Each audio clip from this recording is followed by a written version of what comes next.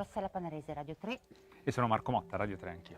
Intanto grazie a Senega, alla comunità, a questo festival Capodanno del SOS Poetas. Per noi è un piacere essere qui, ma soprattutto è una bella esperienza per il nostro lavoro. Noi raccontiamo la scienza, proviamo a dialogare con chi ci segue sui temi scientifici in un momento in cui naturalmente è difficile parlare di scienza in modo allargato, c'è in corso una sorta di dialettica diffusa e quindi essere qui per noi è stato un po' come venire ad un alto corso di perfezionamento, cioè incontrando innanzitutto persone che fanno cose diverse da noi, incontrando poeti che sono, come dire, i più grandi artisti della parola, e quindi noi stiamo imparando la parola, il suono della parola, il dialogo, insomma, una grande occasione. Ringraziamo davvero questa esperienza.